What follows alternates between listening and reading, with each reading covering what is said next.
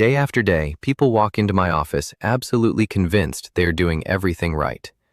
They walk consistently, 30 minutes, sometimes longer, and yet they show up complaining of knee pain, persistent fatigue, numbness in their legs, and an overall sense that they are getting worse rather than better.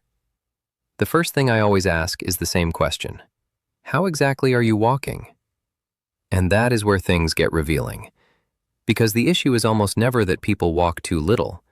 The issue is that they walk incorrectly. And incorrect walking is not simply wasted effort.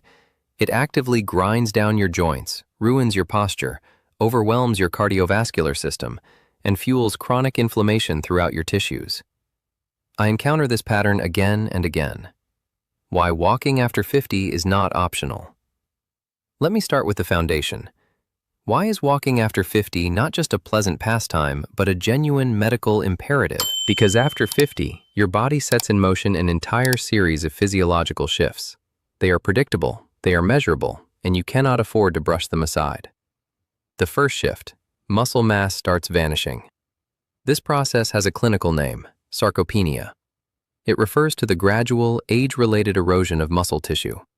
Past 50, you shed roughly 1 to 2% of your total muscle mass every single year.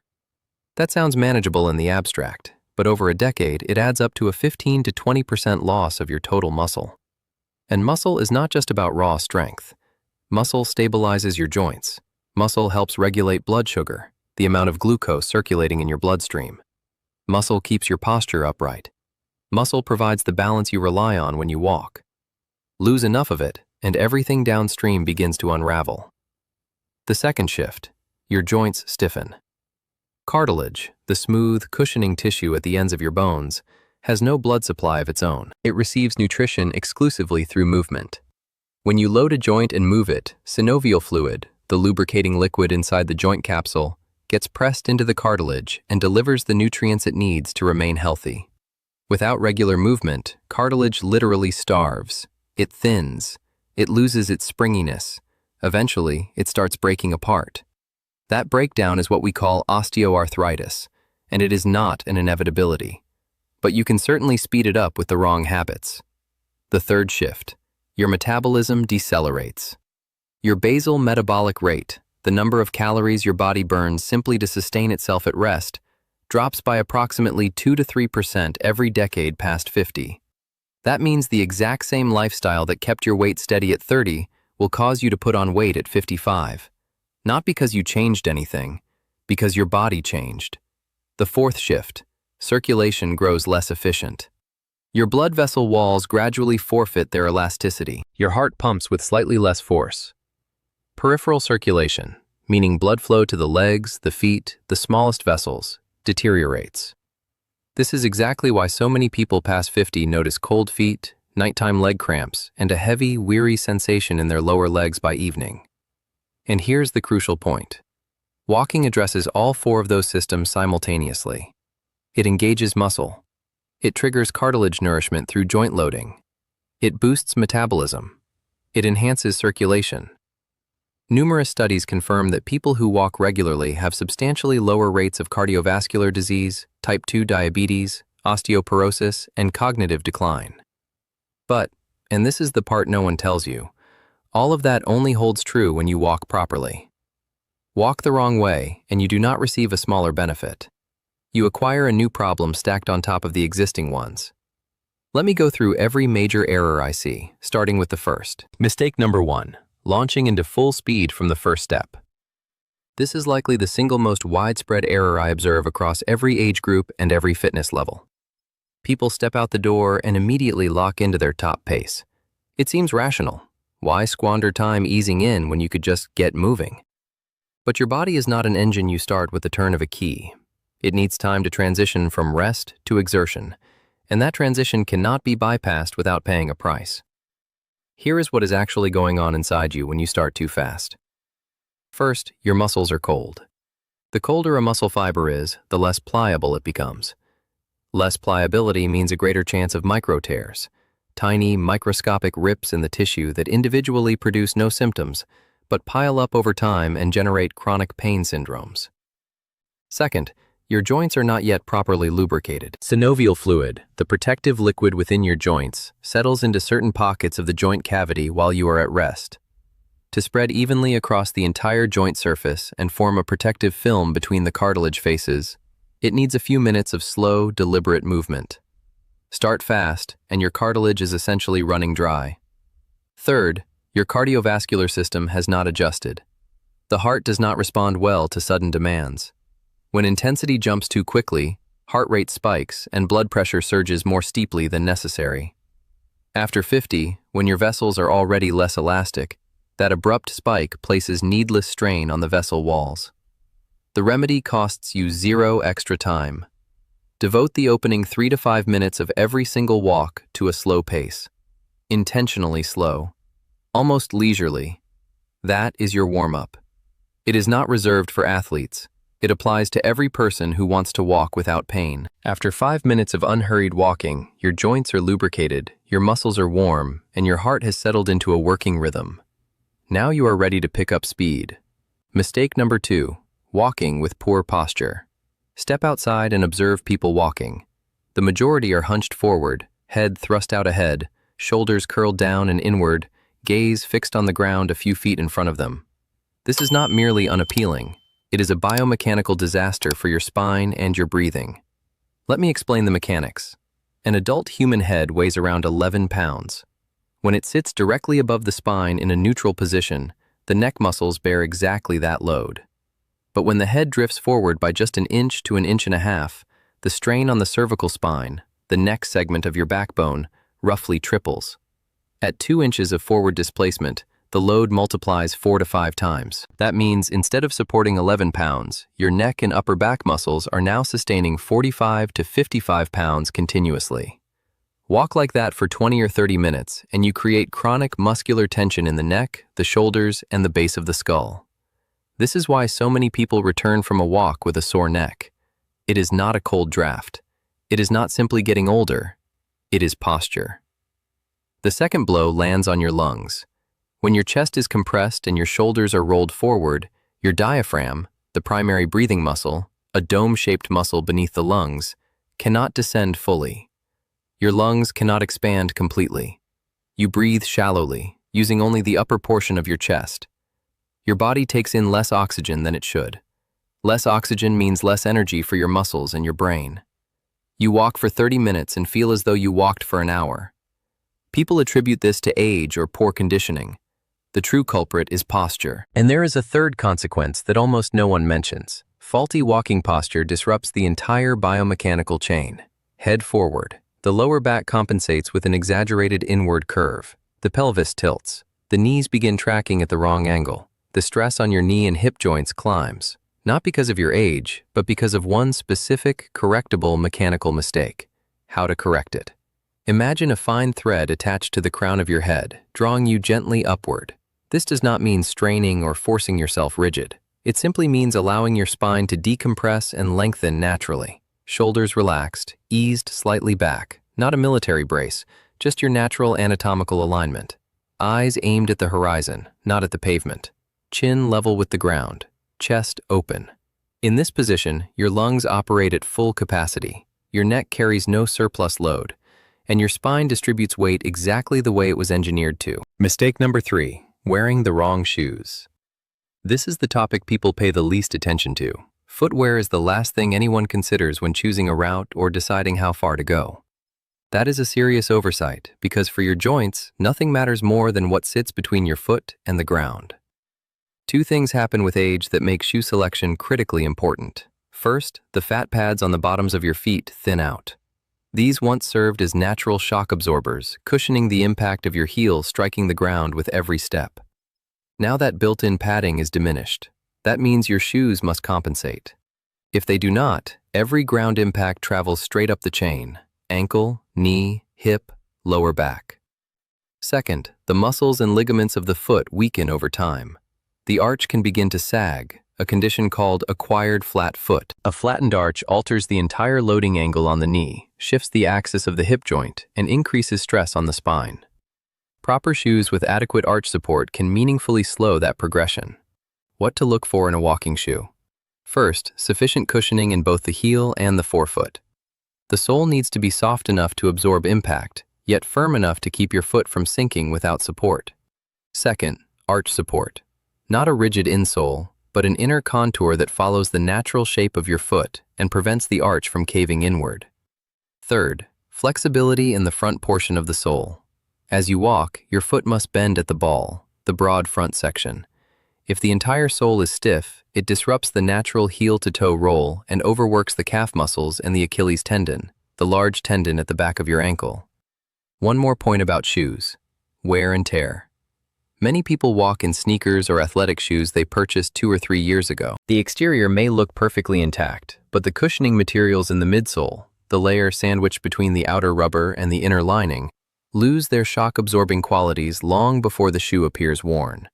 If you walk regularly, replace your walking shoes roughly once a year. That is not a sales pitch. That is osteoarthritis prevention. Mistake number 4. Walking rarely but going long when you do. This is an extremely common pattern. People are occupied during the week, so they take a single lengthy walk on the weekend. An hour, sometimes 2.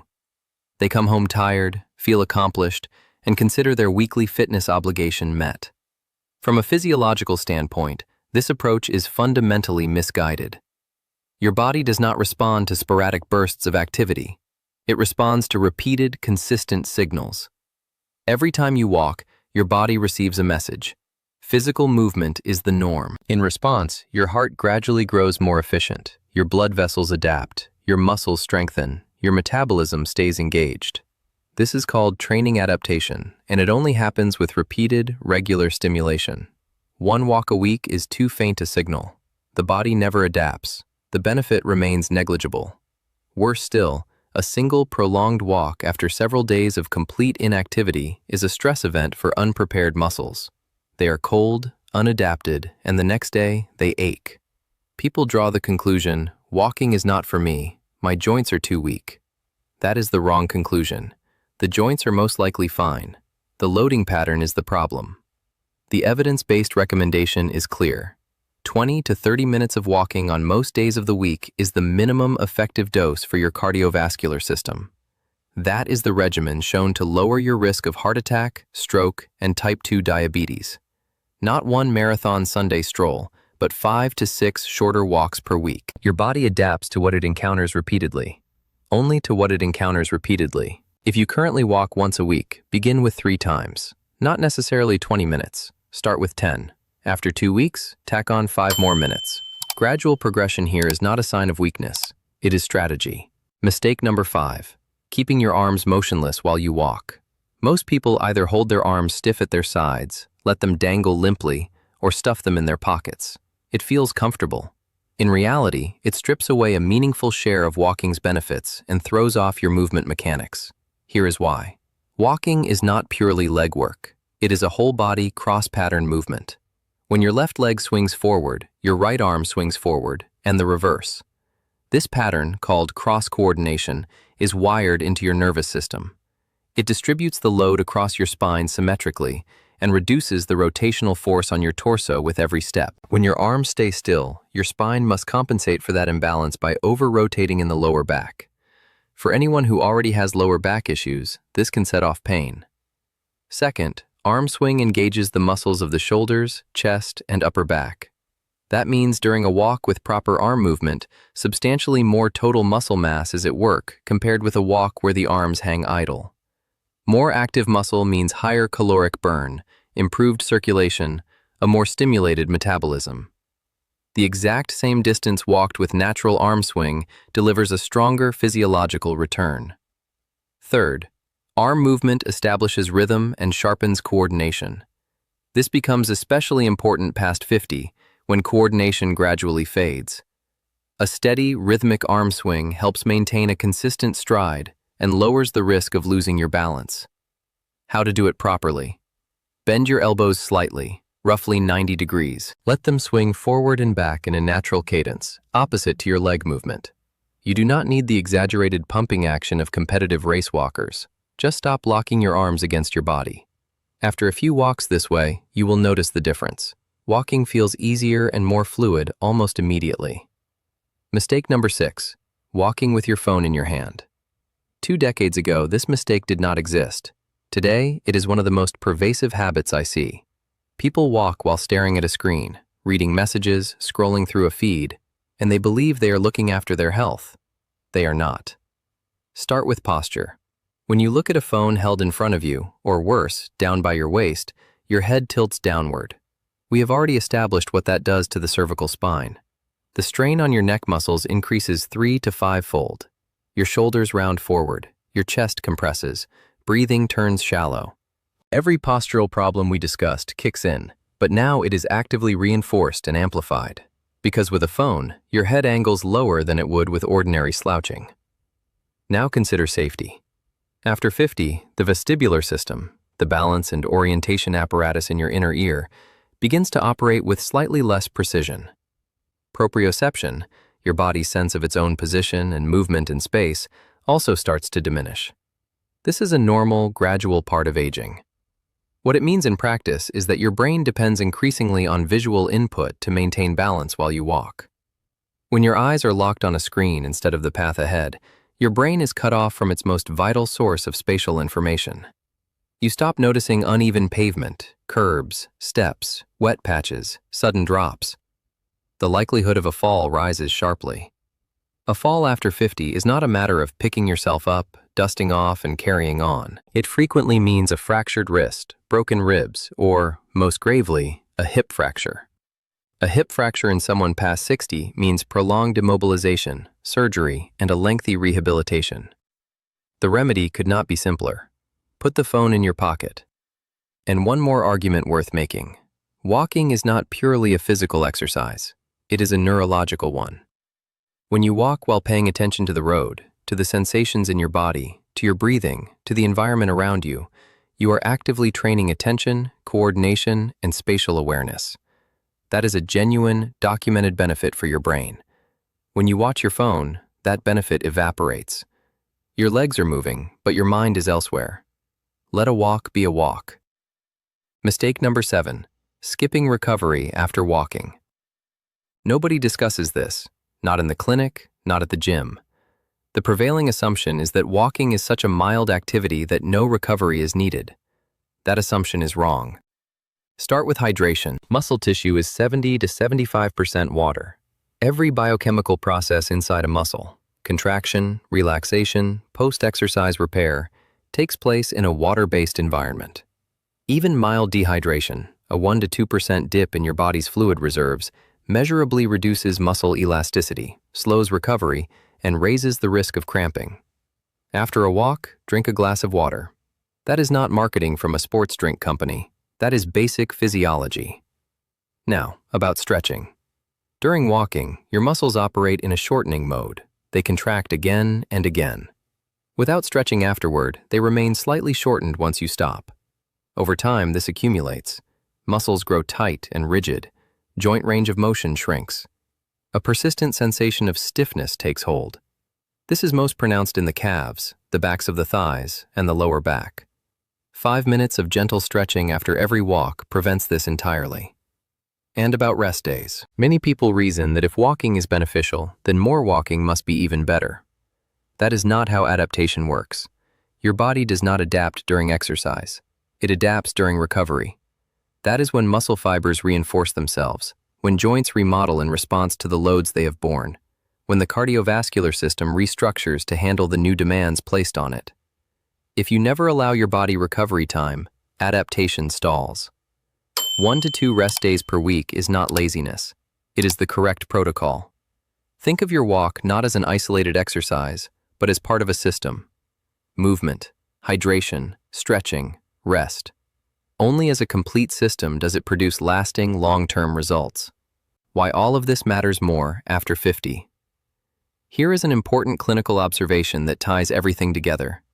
All 7 of these mistakes carry different levels of risk depending on your age. The damage inflicted by poor posture, worn-out shoes, and neglected recovery is 2 to 3 times more serious after 50 than it is at 30, because the resilience of your joints, blood vessels, and muscles diminishes over time.